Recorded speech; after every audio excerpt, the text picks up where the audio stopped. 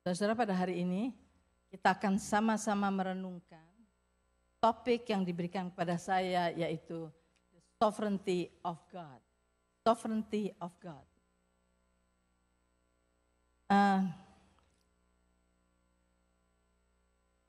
Topik ini, saudara, ada hubungannya erat sekali dengan pertumbuhan iman kita.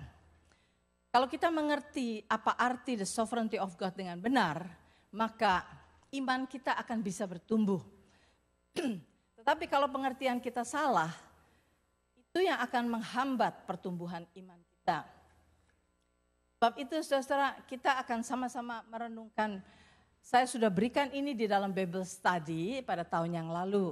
Jadi orang-orang yang mengikuti Bible Study sudah, saya kira sudah tahu, tapi kita perlu diingatkan kembali. Saudara bisa catat juga ayat-ayat yang saya waktu yang lalu tidak berikan kepada saudara, tapi saudara bisa catat sekarang ini.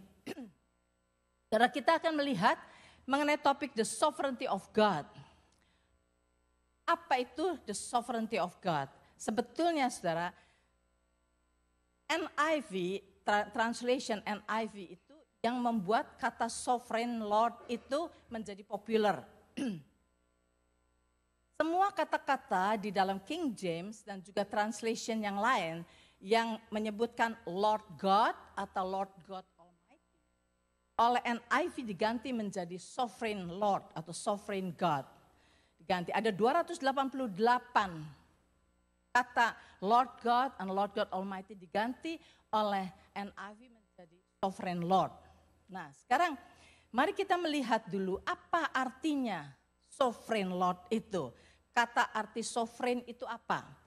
Kalau kita melihat di dalam dictionary, saya kira sudah ada di sini. Di dalam dictionary, kata sovereign itu artinya adalah paramount or supreme. Artinya juga having supreme rank of power, mempunyai kuasa yang sangat tinggi, yang tertinggi. Artinya self-governing, artinya independent. Dari bahasa Latin, kata sovereign itu artinya super or above. Itu arti kata sovereign. Jadi dengan kata lain, kalau disebut sovereign Lord itu, kalau menurut dictionary, artinya adalah Tuhan yang mempunyai kuasa yang tertinggi. Yang kita seringkali sebutkan maha kuasa. Maha kuasa. Oke? Nah, kalau kita mengartikan kata sovereign itu demikian, dia yang mempunyai kuasa yang tertinggi, dia yang maha kuasa, itu betul. Betul sekali artinya. Karena memang Tuhan itu yang mempunyai kuasa yang tertinggi. Tidak ada yang lain yang mempunyai kuasa lebih tinggi dari Tuhan. Jadi Tuhan itu yang maha tinggi itu betul, yang maha kuasa itu betul, yang maha berdaulat itu betul. Tuhan itu mempunyai supreme kuasa yang tertinggi, itu betul, semuanya betul. Tapi oleh agama, kata sovereign itu ditambahi. Bukan hanya Tuhan itu yang mempunyai kuasa yang tertinggi, bukan hanya Tuhan itu maha kuasa. Tetapi mereka berkata, karena Tuhan itu maha kuasa, maka Tuhan in control akan semuanya. Perkataan in control inilah, saudara, yang kita harus sama-sama renungkan. Sebab pada kenyataannya, saudara, nanti kita akan lihat dari ayat-ayatnya. Yang dikatakan Tuhan in control itu tidak demikian. Tuhan memang mempunyai kekuasaan yang tertinggi, tetapi Tuhan memilih untuk tidak mengontrol. Nanti kita akan lihat ayat-ayatnya. Sekarang, saudara, orang yang percaya agama Kristen pun, ada beberapa denominasi yang percaya Tuhan is in control. Dan kalau kita percaya bahwa Tuhan itu in control akan segalanya, dia sovereign di dalam arti kata, bukan hanya dia mempunyai kuasa yang tertinggi, tetapi juga dia in control, maka saudara, kalau kita melihat, ini kejadian, oke? Ada dua anak muda, dia mabok-mabokan, kemudian dia taking drug juga. Dalam keadaan dia high, dalam keadaan dia dipengaruhi oleh drug dan alkohol itu, mereka naik mobil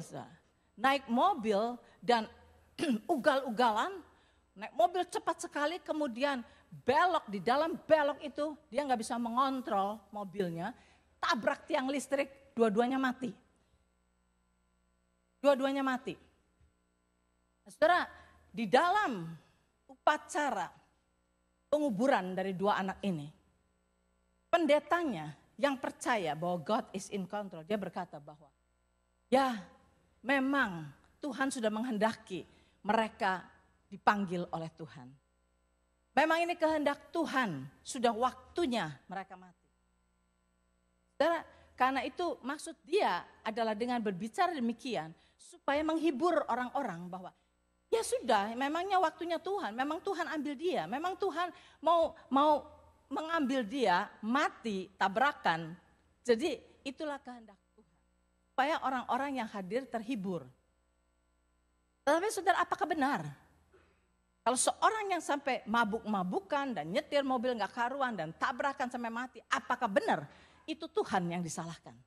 Apakah benar itu kehendak Tuhan buat dia mati?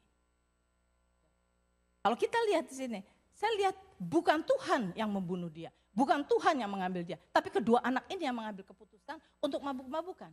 Dan dua anak ini yang tidak hati-hati sampai nabrak tiang listrik dan mati. Saudara, kalau kita melihat, kalau kita di dalam pikiran kita bahwa God is in control, saudara, pada waktu saya berbicara begini, ada yang marah, saudara, saya tahu. Karena ada yang berpikir, yes, Tuhan in control. Tapi mari kita challenge cara berpikir kita itu. Karena begini, saudara, kalau kita tanpa berpikir hanya terima saja pengajaran bahwa God is in control, maka saudara akan sulit buat kita untuk beriman kepada janji-janji Tuhan. Karena kalau Tuhan sudah mengontrol semuanya, kita bisa apa? Kita nggak bisa apa-apa.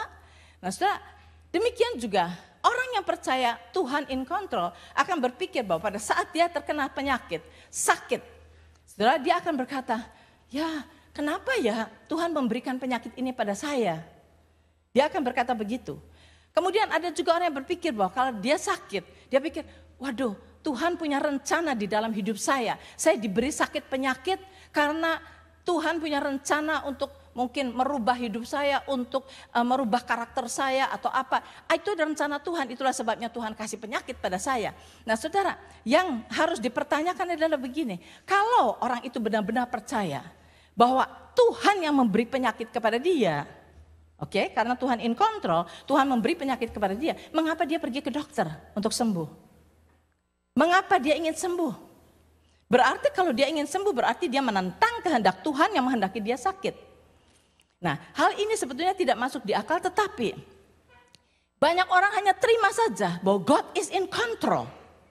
Sebab itu segala sesuatu yang terjadi pada diri kita sudah di dalam kehendak Tuhan.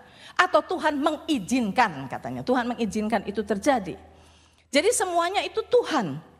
Tuhan yang ikut campur di dalam semuanya. Kalau ada aksiden, Tuhan. Kalau kita miskin melarat, itu karena Tuhan menyuruh kita untuk miskin. Karena kita kaya, karena Tuhan memberkati kita. Semuanya itu Tuhan. Jadi semuanya kita semua taruh responsibility-nya kepada Tuhan. Dan tidak ada responsibility dari kita sama sekali. Nah saudara, kalau kita harus melihat, kalau kita mendengar suatu pengajaran, kita harus challenge pengajaran itu. Dan kita harus minta, bukan cuma challenge berarti challenge itu saudara kritik, itu bukan.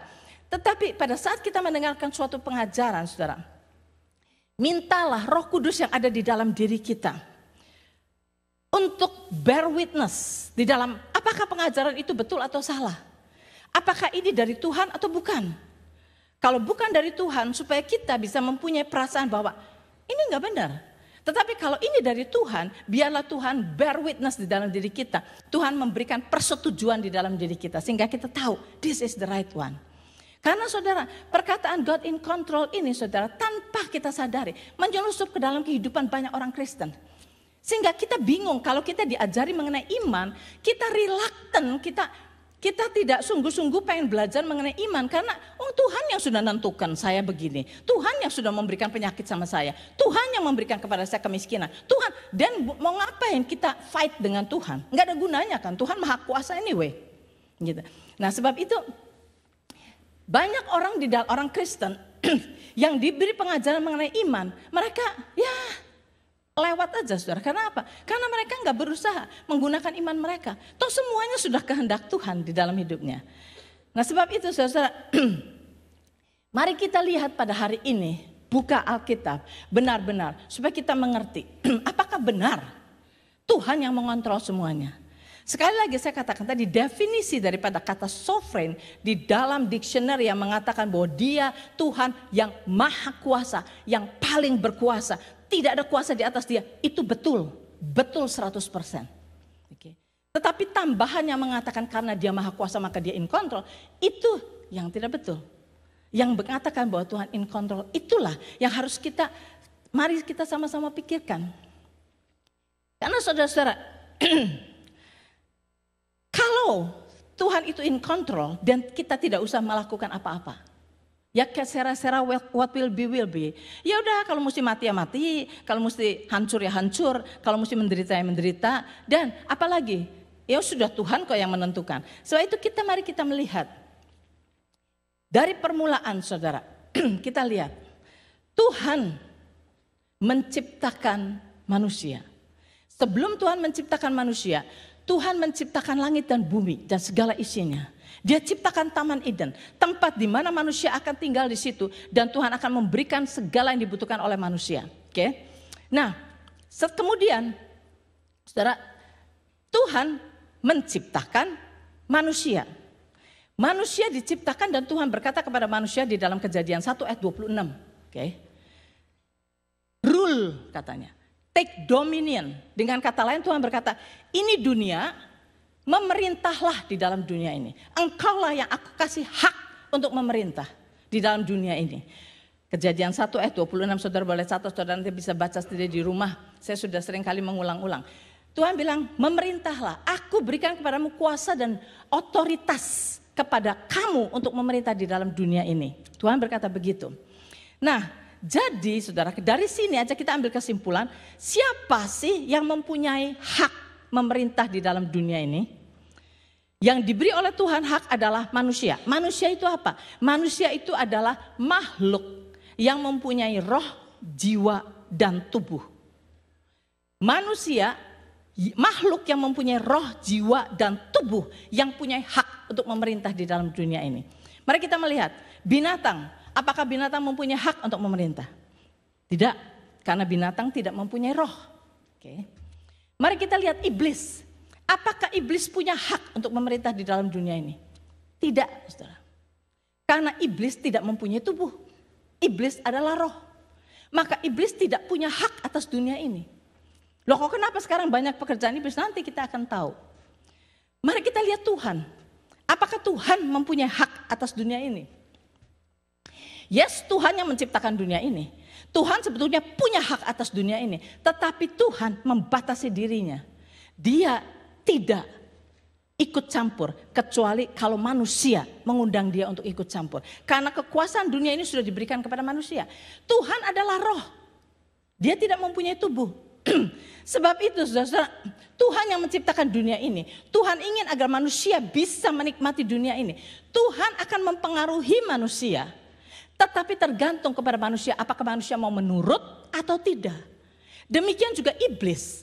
Iblis tidak punya hak di dalam dunia ini. Kalau iblis mau melakukan sesuatu ke dalam dunia ini, dia hanya memberikan ide kepada manusia. Kalau manusia mengikuti ide daripada iblis, maka manusia akan melakukan ide itu. Sehingga kehendak iblis terjadi di dalam dunia ini. Jadi saudara, manusia diciptakan oleh Tuhan sebagai free moral agent. Yang Tuhan berikan kepada manusia adalah free will. Dan free will manusia itu yang tidak pernah dilanggar oleh Tuhan. Jadi manusia punya free will. Apapun yang manusia mau, Tuhan tidak akan jamah free will kita. Karena itu sudah diberikan kepada kita manusia. Nah sekarang mari kita melihat. Jadi saudara, Tuhan ingin supaya kehendaknya terjadi di dalam dunia, Tuhan berbicara kepada manusia. Kalau manusia memutuskan saya menurut, maka terjadilah kehendak Tuhan. Iblis ingin kehendaknya terjadi di dalam dunia. Tapi dia tidak bisa menjadikan saja. Dia berbicara kepada manusia. Kalau manusia mengikuti idenya, terjadilah kehendak iblis di dalam dunia ini. Jadi baik Tuhan maupun iblis, yang dia bisa lakukan adalah mempengaruhi manusia. Kalau manusia mau menurut, baru kehendaknya terjadi. Sebab itu saudara, kalau kita melihat di sini. Tuhan, setelah manusia diciptakan, Tuhan berkata kepada manusia, Tuhan berkata begini, Adam, Hawa, engkau boleh makan semua pohon di taman ini, termasuk pohon kehidupan. Semuanya boleh. Ada ratusan pohon lain yang berbuah. Kamu boleh makan semuanya, boleh. Tapi kata Tuhan, hanya satu ya kata Tuhan, yang jangan kamu makan. Yaitu pohon pengetahuan. Yang ini jangan kamu makan. Dan saya beritahukan kenapa kamu jangan makan ini. Sebab kalau kamu makan, maka mati. Kamu pasti mati, Tuhan berkata begitu. Jadi sekali lagi, Tuhan memberikan kepada manusia perkataannya. Oke? Boleh makan semuanya, tapi buah ini jangan. The reason jangan, karena kalau pada saat engkau makannya kamu mati. Nah sekarang manusia kan dengar. Manusia, oke Tuhan. Manusia nurut. Nah iblis datang. Iblis datang kepada manusia. Berbicara kepada manusia. Iblis bilang, nomor satu saudara, iblis tidak punya kuasa atas manusia. Atas kita ini gak punya kuasa saudara. Cuma satu cara iblis, yaitu dengan tipuan. Dengan tipuan. Iblis datang kepada Hawa. Nah kemudian iblis berkata, oh katanya kamu gak boleh ya makan buah ini. Oh boleh kata Hawa, semuanya boleh kok. Cuma satu yang gak boleh, cuma ini kata Hawa kita. Oh kata iblis, you know why?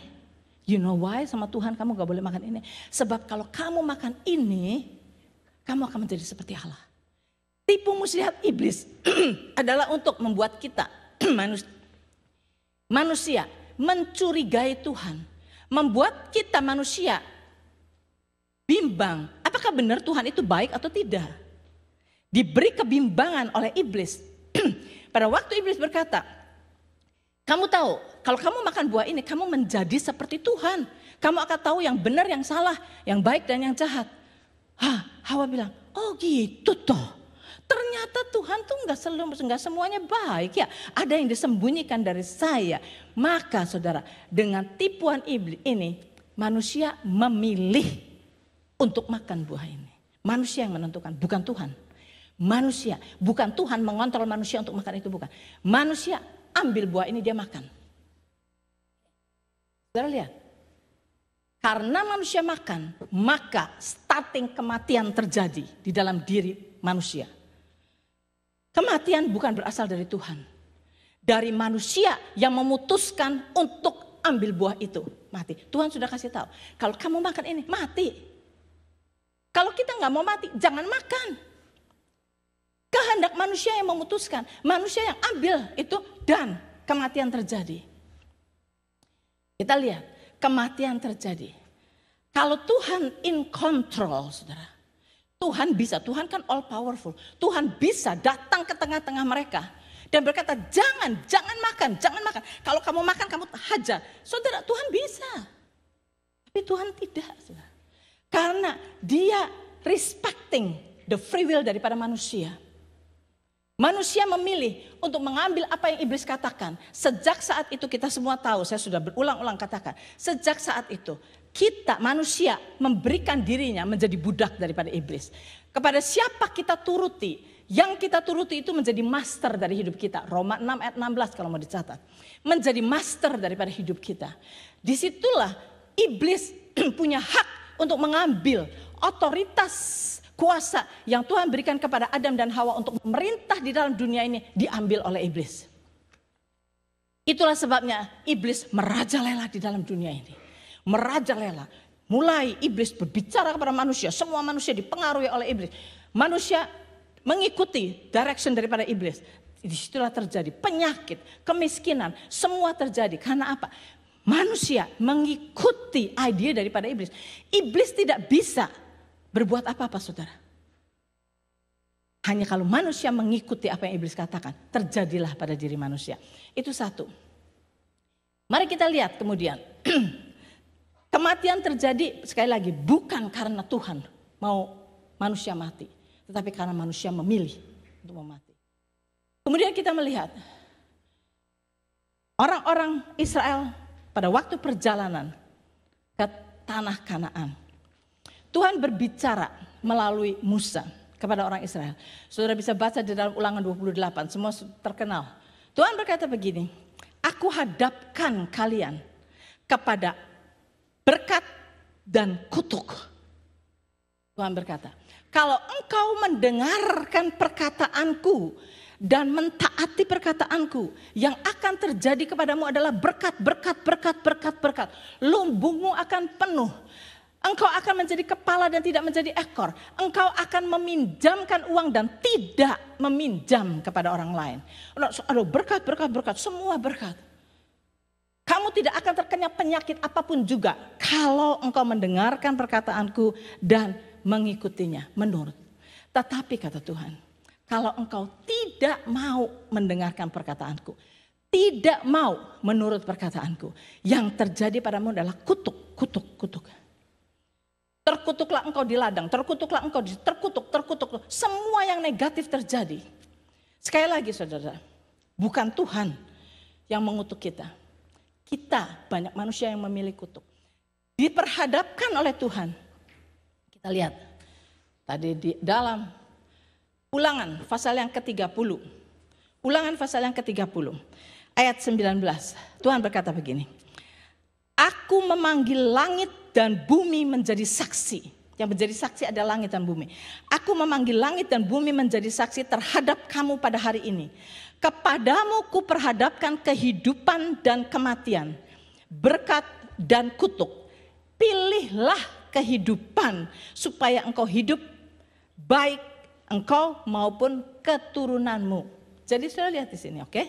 Sekali lagi, Tuhan hadapkan. Tuhan berkata, disaksikan oleh langit dan bumi, aku hadapkan engkau.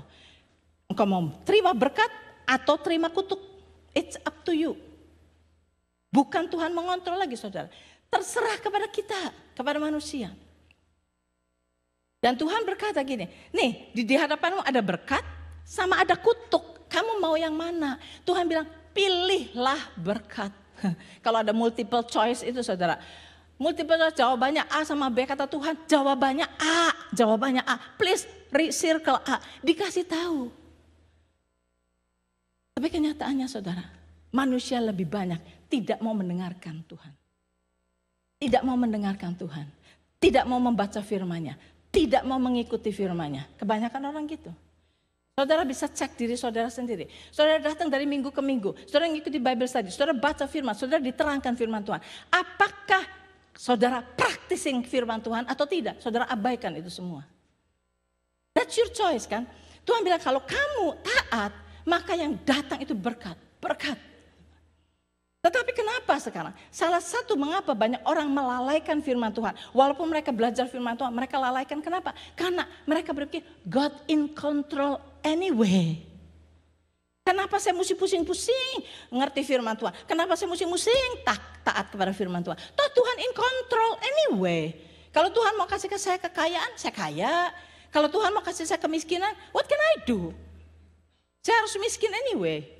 God in control yang membuat kita banyak orang malas untuk bersekutu dengan Tuhan. Malas untuk mengikuti Tuhan. Saudara lihat, Tuhan hadapkan kepada manusia. Yaitu kehidupan dan kematian. Sedang saudara, sebanyak orang berpikir Tuhan yang memberikan kepada kita sakit penyakit. Tuhan yang memberikan kepada kita. Sehingga kalau kita berpikir bahwa Tuhan yang memberikan kepada kita sakit penyakit. Dan kita diajari iman untuk percaya bahwa bilu-bilu Yesus sudah sembuh. Susah saudara. Dan pada waktu saudara mau berdoa. Saya berkata nanti Tuhan badan saya sakit semua Tuhan. Dan dokter bilang Tuhan umur saya sudah tinggal cuma 6 bulan lagi Tuhan. Please Lord, kalau ini kehendak-Mu, please Tuhan, sembuhkan saya. Kalau ini kehendak-Mu. Kita enggak even yakin kehendak Tuhan buat kita sehat atau sakit. Kita enggak even yakin. Karena apa? Penyakit datang dari Tuhan dan ternyata saya sakit. Tuhan in control, ternyata saya sakit. Ya, karena Tuhan kasih penyakit, saya mesti tanya. Sebenarnya Tuhan mau saya sakit atau sembuh. Gitu kan. Nah, saudara, sedangkan kedatangan Yesus, mari kita lihat. 1 Yohanes 3 ayat 8b. Jangan dibaca semua, just 8b. Dikatakan, untuk inilah anak Allah menyatakan dirinya. Yaitu supaya ia membinasakan perbuatan-perbuatan iblis. Saudara, kita ini gampang sekali melihat yang baik itu Tuhan, yang tidak baik itu iblis. Itu gampang sekali. Anak kecil pun bisa tahu. Tetapi banyak orang karena pengajaran God in control membuat kita pikir bahwa ketidakenakan yang terjadi pada diri kita dari Tuhan dan kita bingung. Dan di dalam Yesaya dikatakan bahwa pada akhir zaman orang akan mengatakan yang benar jadi enggak benar, yang enggak benar jadi benar. Kata Yesaya dikatakan begitu. Nah saudara, kalau kita mempunyai pengertian demikian, maka kita enggak bisa beriman untuk sembuh kalau kita sakit. Sedangkan Tuhan Yesus anak Allah menyatakan dirinya datang ke dalam dunia ini, yaitu supaya ia membinasakan perbuatan-perbuatan iblis yang mau merugikan manusia, yang selalu mau merugikan manusia. Ibrani pasal 2 ayat 14b. Ibrani pasal 2 ayat 14b. Dikatakan, ayat yang terakhir ya, dikatakan supaya oleh kematian Yesus, ia memusnahkan dia, yaitu iblis yang berkuasa atas maut.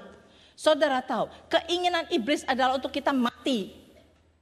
Pencuri datang, yaitu iblis datang untuk mencuri, membunuh dan membinasakan. Semuanya. Tuhan Yesus berkata, aku datang, kata Yesus, untuk memberikan padamu hidup yang berkelimpahan. Saudara lihat opposite-nya luar biasa. The choice is ours, saudara. Bukan Tuhan yang mengontrol kita, no. Kita mau mengikuti Tuhan atau mau mengikuti iblis.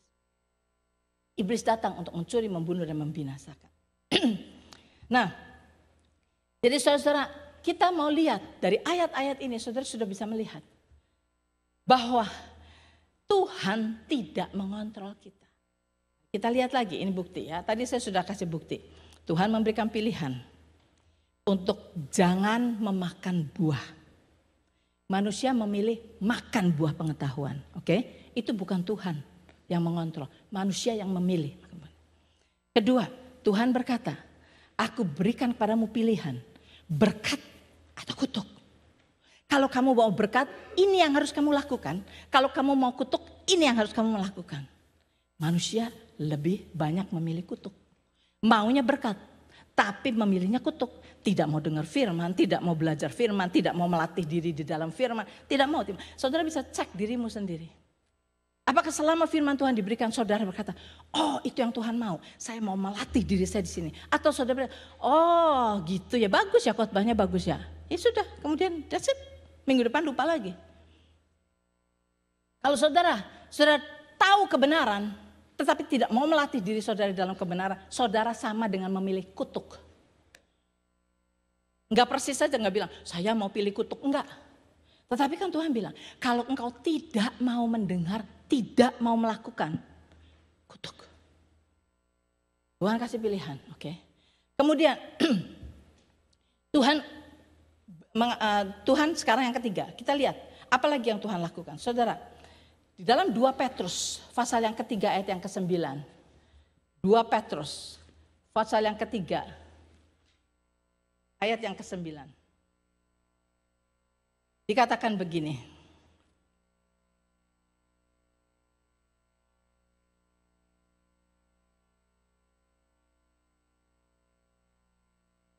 Tuhan tidak lalai menepati janjinya.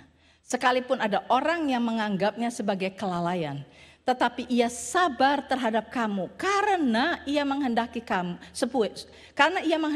supaya jangan ada yang binasa, melainkan supaya semua orang berbalik dan bertobat. Jadi kalau kita mau tahu maunya Tuhan apa sih buat kita? Maunya Tuhan supaya kita semua diselamatkan. Itu maunya Tuhan. Nah, kalau Tuhan in control, saudara, ya selamatkan aja semuanya. Tapi tetap Tuhan kasih choice kepada kita.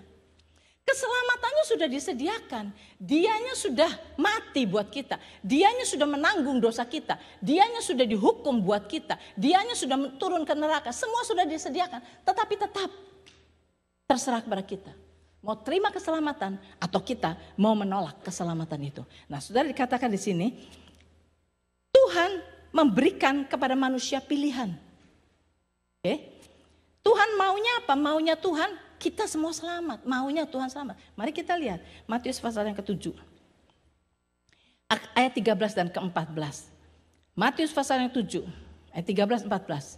Tuhan Yesus berkata, masuklah melalui pintu yang sesak itu.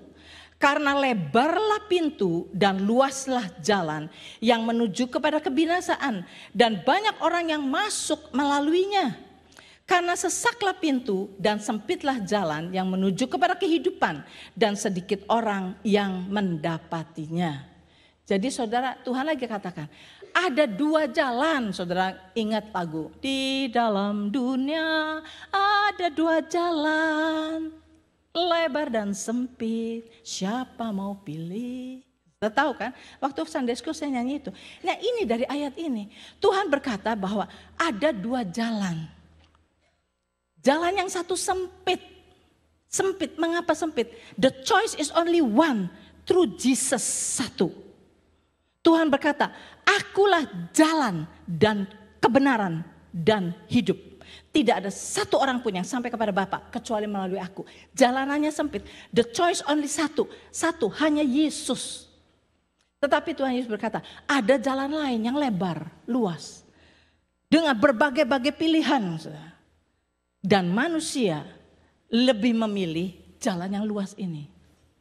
Karena dengan jalan yang luas ini saya punya kebebasan, ini saya bisa, ini saya bisa, ini. Sebab itu saya pilih yang ini. Thank God, saudara sudah memilih jalan yang sempit. Saudara sudah memilih jalan yang sempit.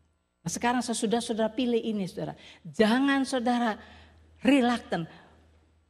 Tidak memikirkan firman Tuhan. Teruskan saudara. Didengarkan apa yang Tuhan Yesus katakan. Dia adalah jalan.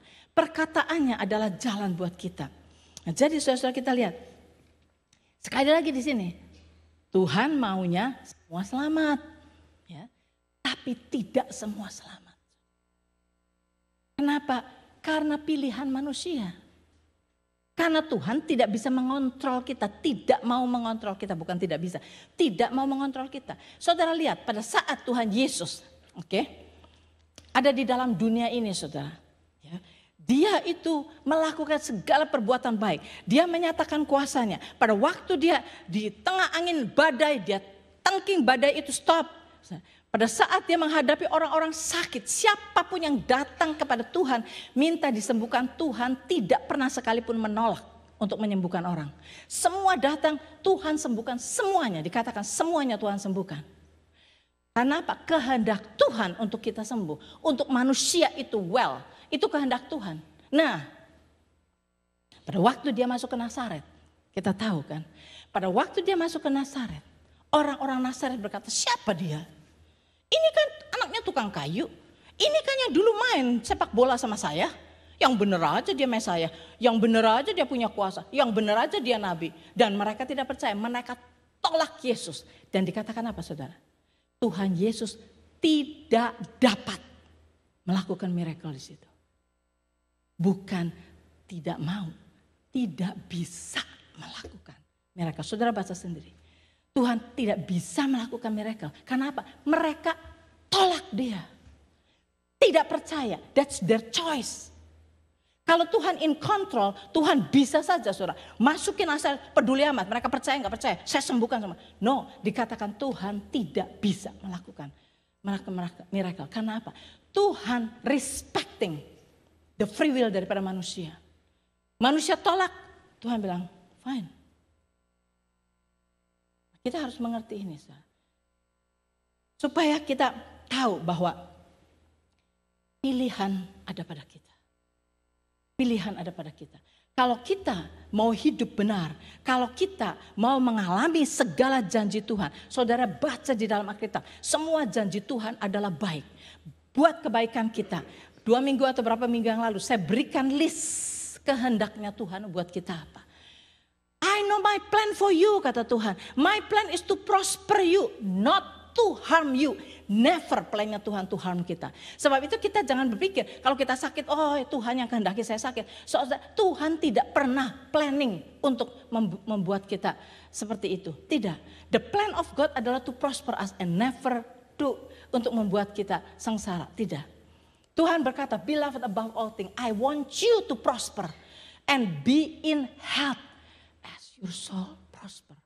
Itulah sebabnya Tuhan berkata dengarkan firman Tuhan. Lakukan firman Tuhan.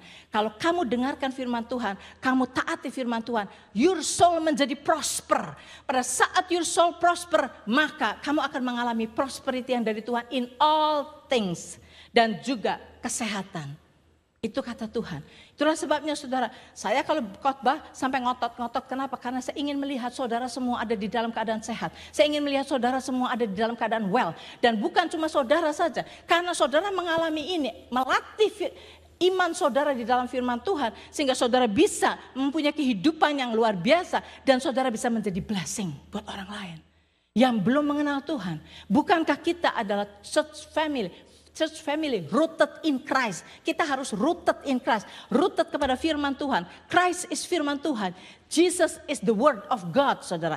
Kalau kita rooted in Christ itu rooted in the word of God.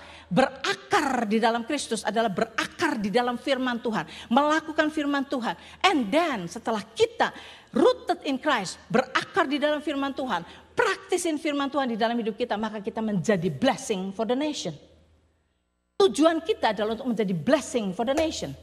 Tujuan kita bukan supaya kita prosper, enak-enak, wah terus bisa keliling dunia. Bukan itu, saudara. Enggak apa-apa kalau saudara prosper, saudara bisa keliling dunia. Good, dunia ini diciptakan untuk kita semua.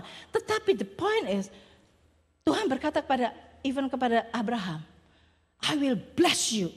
Supaya kamu menjadi blessing kepada orang. Rencana Tuhan memberkati kita adalah supaya kita menjadi blessing buat orang lain. Jangan lupa, saudara. Kalau kita menerima berkat Tuhan, jangan lupa. Jangan semuanya buat kita.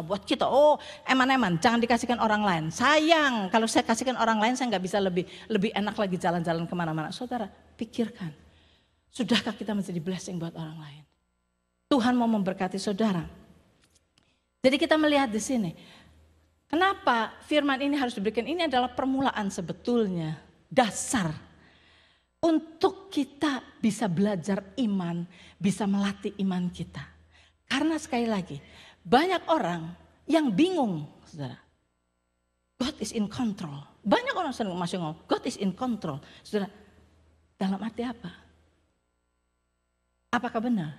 Saya sudah kasih ayat 111. No, Tuhan bilang, your choice. Kamu yang pilih.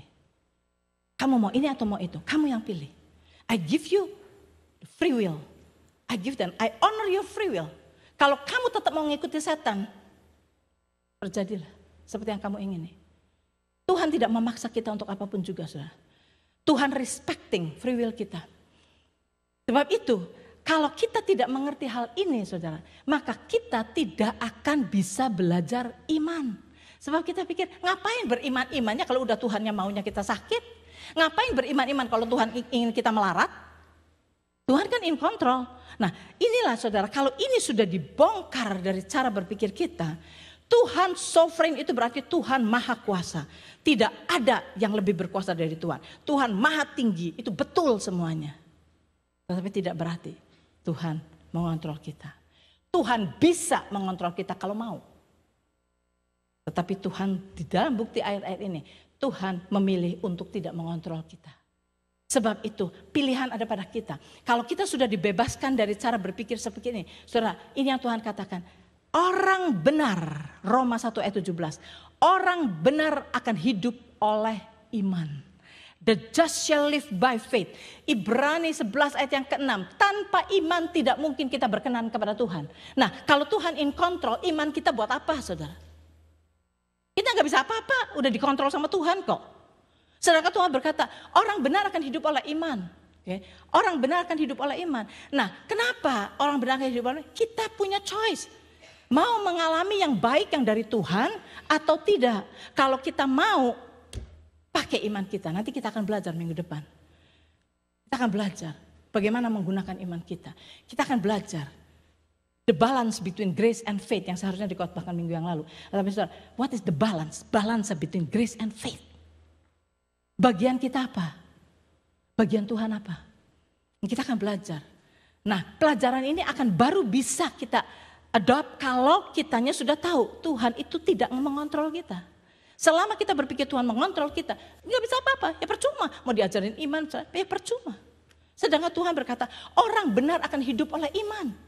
Tanpa iman tidak mungkin kita please God, nggak mungkin. Karena itu kita perlu belajar iman. Tetapi untuk belajar iman supaya kita punya semangat untuk belajar iman. Kalau kita tahu bahwa bukan kehendak Tuhan untuk kita sakit. Bukan kehendak Tuhan untuk kita miskin. Bukan kehendak Tuhan untuk kita menderita. Bukan kehendak Tuhan untuk kita depres. Bukan kehendak Tuhan untuk kita ketakutan terus. Bukan kehendak Tuhan. Bukan kehendak Tuhan. Semua itu dari iblis. Saudara. Semua yang menyerang kita, yang membuat kita tidak enak, semua dari iblis. Dan Tuhan Yesus datang untuk menghancurkan kuasa iblis. Dan sekarang dia ada di dalam kita. Kalau kita menyadari akan keberadaan Tuhan di dalam diri kita. Dan kita bekerja sama dengan Tuhan. Maka in the name of Jesus iblis akan lari. Tuhan berkata apa? Hati-hati kata Tuhan.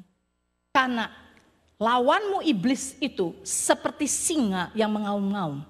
Yang selalu mencari kesempatan untuk menerkam kamu. Nah Tuhan berkata.